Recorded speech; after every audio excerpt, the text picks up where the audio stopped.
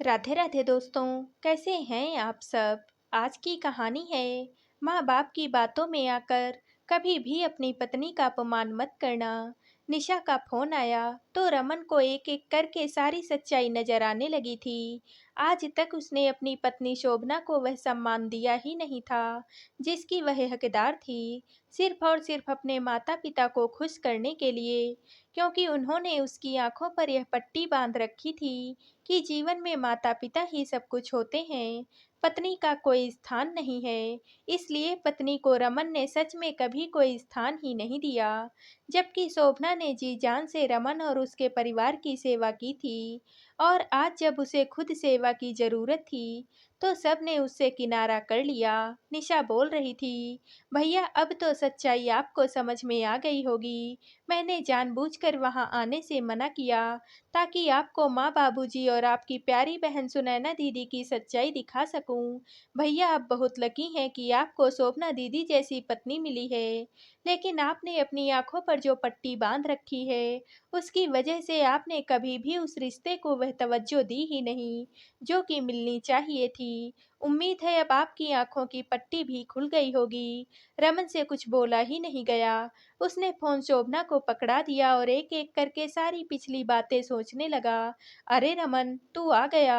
हम तो तेरा ही इंतजार कर रहे थे। रमन घर के बाहर कार पार्क करके बरामदे में आया ही था कि देखा कि माँ बाबूजी अपने सामान के साथ कहीं बाहर जाने को तैयार खड़े थे। इतने में कैब भी आ गई। आप लोग कहीं जा रहे हो? रमन ने पूछा। हाँ, हम छोटे के पास जा रहे हैं। यहाँ तो बहू से हमारा काम नहीं होता। कब तक हम बूढ़ा बूढ़ी उसकी सेवा चाकरी करेंगे। इसीलिए सोचा कि छोटे बेटे के पास ही चले जाएं। वैसे भी छोटी बहू कब से कह रही है वहां आने के लिए। अच्छा, सुनंदा तो घर पर ही है ना? नहीं नहीं, उसके ससुराल वाले कब से फोन कर रहे हैं, तो वह भी अपने ससुराल के लिए अभी थोड़ी देर पहले ही निकली है। रमन एकटक अपने माता पिता को देखते ही रह गया। कुछ बोला नहीं। माँ बाबूजी ने शायद पहले से ही कैब बुला ली थी, इसलिए दोनों ने अपना सामान उठाया और कैब में रख कर रवाना हो गए। हमेशा कमर दर्द का बहाना करने वाली माँ ने आज बैग उठा लिया। देखकर रमन हैरान था। जितनी स्फूर्ति से बाबूजी कैब में बैठे थे, लगा ही नहीं कि कभी भी उनके घुटनों में दर्द रहा होगा। और सुनंदा बहन, जिसे अपने ससुराल में हमेशा कमी ही कमी नजर आती है और पिछले 2 महीने से ससुराल जाने को तैयार नहीं थी, वह भी आज अपने ससुराल के लिए रवाना हो गई। कुछ देर तक रमन वहीं खड़ा रहा अपनों की एहसान फरामोशी को देखते हुए। थोड़ी देर तक वहां खड़ा रहने के बाद अंदर गया तो देखा कि पूरा घर अस्त व्यस्त था। सब तरफ सामान फैला पड़ा था। 3 साल का चिन्मय शायद सुबह से नहाया ही नहीं था, पूरा गंदा हो रखा था। और 5 साल की वाड़ी बाल पूरी तरह से उलझे हुए और कपड़े भी गंदे पहने हुए थी। बेचारी दूध ब्रेड से ही अपना और अपने भाई का पेट भर रही थी। ब्रेड सेकना तो क्या आता होगा, इसलिए कच्ची ब्रेड ही दूध में डुबो डुबो कर दोनों भाई बहन खा रहे थे। उसमें भी बर्तनों का कोई पता नहीं, दूध की भगोनी ही लेकर बैठे हुए थे। जबकि ब्रेड का पैकेट जैसे तैसे फटा हुआ उसी में से ब्रेड लेकर खा रहे थे। साफ साफ पता चल रहा था कि माँ बाबूजी और सुनंदा ने सुबह से कुछ भी काम नहीं किया था। अंदर अपने कमरे में गया तो देखा शोभना पलंग पर लेटी अपनी किस्मत पर रो रही थी। रमन को देखकर अपने आंसू साफ किए। आज रमन को अपनी गलती पर बहुत पछतावा हो रहा था कि जिस औरत ने सारे परिवार के लिए हर कदम पर अपना सर्वस्व निछावर कर दिया, आज जब उसे जरूरत पड़ी तो सबने उससे किनारा कर लिया। तुमने कुछ खाया या नहीं? रमन का ये सवाल सुनते ही शोभना जोर जोर से रोने लगी। रमन जानता था उसने कुछ नहीं खाया होगा, माता पिता और बहन ने कुछ बना कर दिया ही नहीं होगा और फोन से ऑर्डर कर नहीं सकती थी क्योंकि उसका मोबाइल तो खुद रमन ने तोड़ दिया था।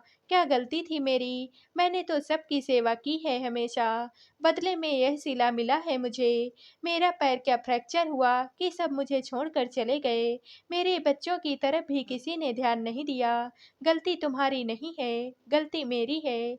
मैंने ही उन लोगों को तवज्जो सबसे ज्यादा दी थी, तुम लोगों से भी ऊपर। हमेशा उनकी बात मानी, तुम्हें भी जबरदस्ती हर बात को मानने पर मजबूर किया। पर आज जब मेरे परिवार को उनकी सबसे ज्यादा ज़रूरत थी कि वे लोग मुझे छोड़कर छोटे के पास चले गए। रमन ने शोभना के आंसू पोंछते हुए कहा, तुम फिक्र मत करो, मैं हूं ना, मैं सब कुछ संभाल लूंगा, बस तुम हिम्मत बनाए रखना। ठीक है, रमन ने शोभना का चेहरा अपने दोनों हाथों में लेते हुए कहा।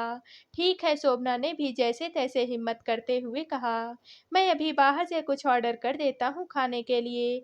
जब तक खाना आता है तब तक मैं बच्चों को थोड़ा तैयार कर देता हूँ।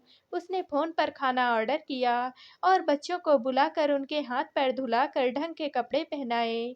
पापा के हाथों तैयार होते हुए दोनों बहुत खुश थे। अपनी मम्मी को बार-बार दिखाने आ रहे थे कि देखो पापा हमें तैयार कर रहे हैं। मम्मा देखो, पापा ने मेरी चोटी बनाई। नन्हा चिन्मय ज्यादा बोल नहीं पाता, सिर्फ अपनी ड्रेस पर हाथ रख कर इतना ही बोला, पापा, मम्मा पापा।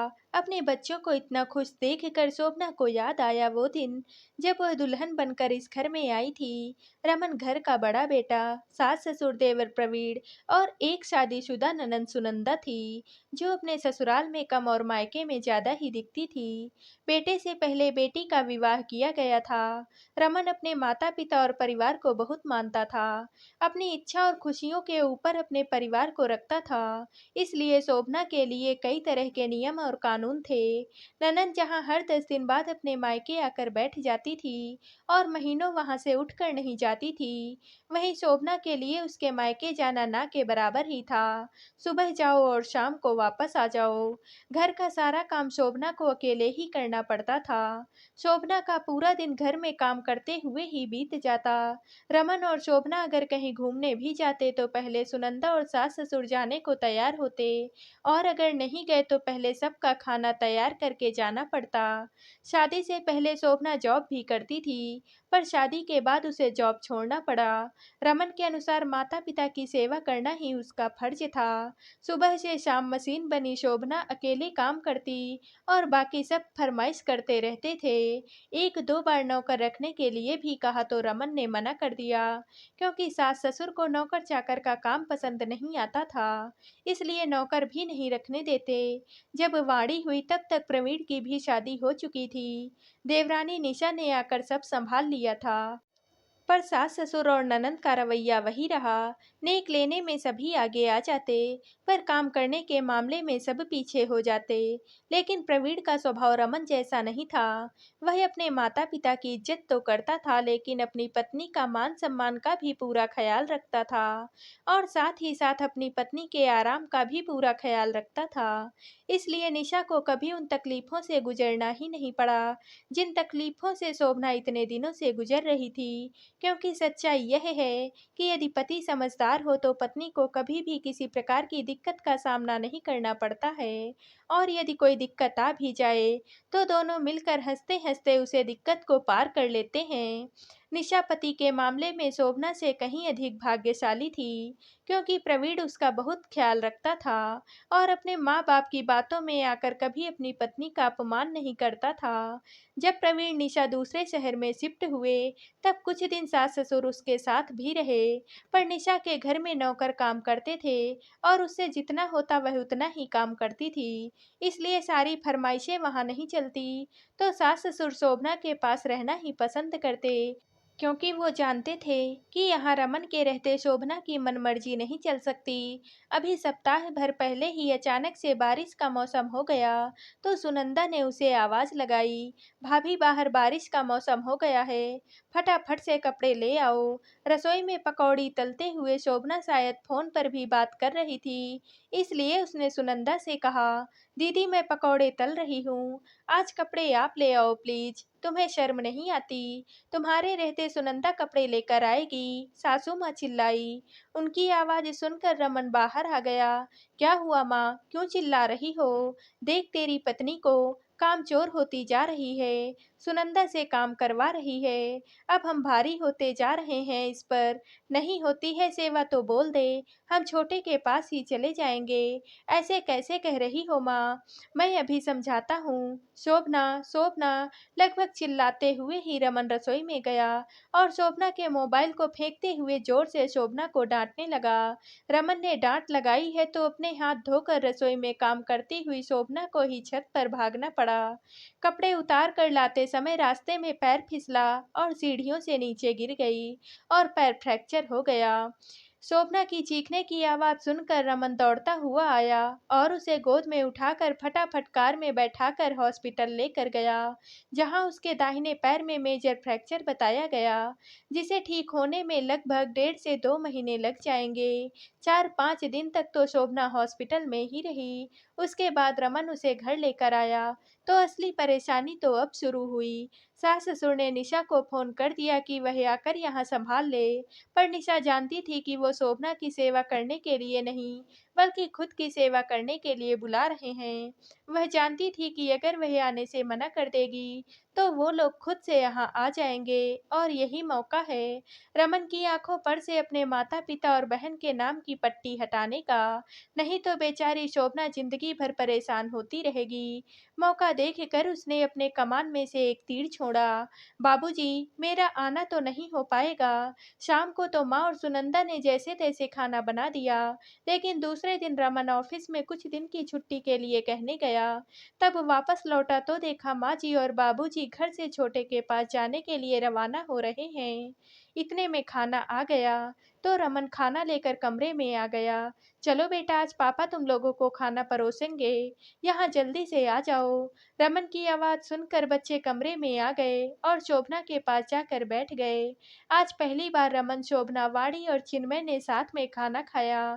थोड़ी देर के बाद रमन के फोन पर निशा का फोन आ गया, लेकिन रमन को आज अपने किए की इतनी गिलानी हो रही थी कि वह निशा से कुछ बोल भी नहीं पा रहा था। इसलिए उसने फोन शोभना को थमा दिया था। माफ करना भाभी, मैं नहीं आ पा रही हूँ, लेकिन अब कम से कम भैया की आंखों पर अपने परिवार के नाम की जो पट्टी बंधी थी वह हट गई होगी। वैसे फिक्र मत करो, मैंने एजेंसी में बात कर ली है। कल वे लोग मेड भिजवा देंगे घर पर। भैया से कहिए सब संभाल लेंगे। थैंक यू निशा। अरे आप मेरी बड़ी बहन हैं, इसमें थैंक यू की क्या बात है। साल का अंत चल रहा है और मैं अपने परिवार के लिए कुछ भी नहीं कर पा रही हूँ। सबसे बड़ी खुशी की बात है भाभी, इस साल के अंत में भैया को समझ में आ गया कि कुछ रिश्ते स्वार्थी होते हैं, उनके लिए अपनों का मन नहीं मारना चाहिए। इतना कहकर निशा ने फोन रख दिया। खैर 2 महीने निशा के पास रहने के बाद जब शोभना और निशा के सास ससुर पूरी तरह से आश्वस्त हो गए कि अब शोभना पूरी तरह से ठीक हो गई होगी और फिर से पहले की तरह उनकी खातिरदारी में लग जाएगी, दोनों तुरंत ही शोभना के घर वापस लौट आए। लेकिन इस बार शोभना के घर का माहौल पिछली बार जैसा नहीं था। यह कुछ दिनों में ही शोभना के सास ससुर को पता चल चुका था। शोभना के सास ससुर के आने के दूसरे तीसरे दिन तक ही बहन सुनंदा भी शोभना के घर आ चुकी थी। इस बार घर में रमन ने शोभना के लिए एक दाई रख दी थी, जो घर के कामों में शोभना की मदद करती थी। साथ ही साथ खाना बनाने के लिए भी एक कुक रख दिया गया था। शोभना सिर्फ इन लोगों की देखरेख करके अपनी निगरानी में इनसे काम करवाती थी, क्योंकि शोभना के पैरों में अभी भी दिक्कत थी और रमन की भी सख्त हिदायत थी कि तुम उतना ही काम करोगी जितना तुम आराम से कर सको, ज़्यादा कुछ करने की ज़रूरत नहीं है। खैर रमन के माता पिता ने फिर अपने पुराने वाले ड्रामा चालू किया और शाम को रमन के ऑफिस से आने के बाद रमन को भड़काना शुरू किया। आज तो शाम की चाय भी तेरी काम वाली के हाथ की पीनी पड़ी। महारानी को अब हमें एक कप चाय देने में भी तकलीफ होती है। अपनी माँ से फोन पर बातें कर रही है, पता नहीं कब तक फोन पर बातें करती रहेगी। वह तो इस गुमान में थे कि रमन अभी जाकर शोभना की खबर लेगा, लेकिन रमन ने इतने दिनों में अपने स्वार्थी परिवार की हकीकत अपनी आंखों से देख ली थी, इसलिए उसने अपने माता पिता की बातों पर कोई ध्यान ही नहीं दिया और अपनी बहन सुनंदा से बोला, जाओ एक कप अदरक वाली चाय बनाकर मेरे लिए ले आओ, क्योंकि कुक जा चुकी थी। सुनैना ने बोला, भाई मैं क्यों चाय बनाऊंगी, भाभी से बोलो। रमन ने बोला, क्यों नहीं बना सकती, क्या अपने ससुराल में चाय नहीं बनाती हो? जरूरी है क्या कि शोभना ही चाय बनाए तभी चाय पिया जाए? तभी रमन की माँ बोलने लगी, अरे वाह, बीबी के होते बहन से काम करवाएगा। रमन ने बोला, क्यों, इसमें क्या ही खराबी है? क्या सुनैना इस लायक भी नहीं है कि अपने भाई को एक कप चाय बनाकर पिला सके? क्या वह अपने ससुराल में कोई काम नहीं करती? तो रमन की माँ ने बोला, ससुराल में तो काम करती ही है, तो क्या मायके भी आकर काम ही करेगी? रमन ने बोला, आखिर वह ससुराल में रहती ही कितना है। साल के 8 महीने तो वह मायके में ही बिताती है। सुनकर सुनैना के तन बदन में आग लग गई, लेकिन रमन को इससे कोई भी फर्क नहीं पड़ा। रमन की माँ कुछ बोलने जा ही रही थी कि तब तक शोभना अपने कमरे से बाहर आ गई और बोली, अरे मैं चाय बना देती हूँ, आप परेशान क्यों हो रहे हैं। और शोभना की सास ने ताना मारा, भाई और बहन के बीच कलह करवा कर अब बाहर आई है। शोभना ने कुछ भी नहीं बोला, लेकिन रमन ने बोला, किससे बात कर रही थी। शोभना को लगा फिर फोन पर बात करने की वजह से कहीं बवाल ना हो जाए, इसलिए उसने धीरे से बोला, मम्मी से। इस पर रमन ने बोला, काफी वक्त हो गया है ना तुम्हें अपने मायके गए हुए, अपनी मम्मी से मिले हुए। कोई भी बेटी अपनी माँ से तो मिलना चाहेगी। हमारी सुनैना तो बहुत लकी है, वह तो हमेशा अपनी मम्मी के ही पास रहती है। लेकिन मैं तो तुम्हारे बारे में कभी सोचा ही नहीं। एक काम करो, तुम कल ही अपने मायके चली जाओ और आराम से 1 महीना रह कर आओ अपनी मम्मी के पास। आखिर तुम्हारा भी तो दिल करता होगा अपनी मम्मी के पास रहने का। बच्चों की भी छुट्टियां शुरू हो गई हैं, जब तक दिल करे अपने मायके में रहो। तो शोभना की सास ने बोला, अच्छा ऐसे कैसे, वह मायके चली जाएगी तो यहाँ कौन देखेगा। रमन ने बोला, क्यों, यहाँ की रखवाली करने के लिए वह कभी मायके नहीं जाएगी। कई साल हो गए हैं उसे मायके गए हुए, वह बिल्कुल जाएगी। आखिर उसका भी दिल है, उसकी भी इच्छाएं हैं, वह बिल्कुल जाएगी अपने मायके। शोभना तुम अपना सामान पैक करो, मैं तुम्हारा मायके जाने का इंतजाम करवाता हूँ। और तुम्हें जब तक दिल करे वहाँ आराम से रहना, यहाँ की चिंता तुम बिल्कुल मत करना। यहाँ माँ और सुनैना मिलकर सब कुछ देख लेंगे और बाजार से साग सब्जी वगैरह पापा देख लेंगे। माँ ने बोला, मेरे बस का कुछ भी नहीं है, मेरे घुटनों में दर्द है। सुनैना ने बोला, मुझे मेरे ससुराल जाना है, मेरे ससुराल वाले मुझे बुला रहे हैं। पिताजी ने बोला, मेरे से उम्मीद मत करो कि मैं बाजार से सब्जियां वगैरह लाकर यहाँ रखूंगा, मेरे भी पैरों में दर्द रहता है। रमन ने बोला, कोई बात नहीं, यह सब चीजें तो जिंदगी भर लगी ही रहेंगी। इसका यह मतलब नहीं कि शोभना अपने मायके जाना छोड़ देगी। शोभना तुम आराम से जाओ, यहाँ जैसा मैनेज होगा हम सब मिलकर कर लेंगे। तुम यहाँ की टेंशन मत लेना। तुम बच्चों को लेकर अपने मायके जाओ, बच्चे भी नाना नानी के घर जाकर खुश हो जाएंगे। जाकर अपना सामान पैक करो। रमन ने इतने हक से शोभना को यह बात कही थी कि वह चुपचाप से अपने कमरे में अपना सामान पैक करने के लिए चली गई। रमन के माता पिता और बहन को भी समझ में आ चुका था कि अब रमन के आंखों की पट्टी खुल चुकी है। रमन ने फिर सुनैना से बोला, तुमने अभी तक मेरे लिए चाय नहीं बनाई, अपने ससुराल जाने से पहले 1 कप चाय मुझे बना करके दे दो। सुनैना के पास कोई दूसरा चारा भी नहीं बचा था। वह चुपचाप से किचन में चाय बनाने के लिए चली गई और मन ही मन सोच रही थी कि अब यहाँ से अपना बोरिया बिस्तरा हमेशा के लिए समेट लेना ही सही है, नहीं तो बाकी काम भी मेरे सर पर डाल दिया जाएगा। इससे तो अच्छा मैं अपने ससुराल में ही काम कर लूं। इधर रमन की माँ अपनी छोटी बहू निशा को फोन लगा रही थी वापस उसके पास जाने के लिए, लेकिन पता चला कि वह भी अपने मायके गई हुई है।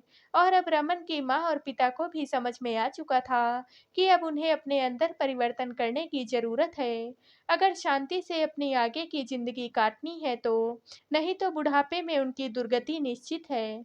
तो दोस्तों, आप सबको यह कहानी कैसी लगी कमेंट करके ज़रूर बताइएगा और वीडियो को लाइक व शेयर कीजिएगा। दोस्तों, अगर आप इस चैनल पर नए हैं और अब तक आपने हमारे चैनल को सब्सक्राइब नहीं किया है तो प्लीज़ हमारे चैनल को सब्सक्राइब कर लीजिएगा। कल मिलते हैं एक और नई कहानी के साथ। आप सभी का बहुत बहुत धन्यवाद।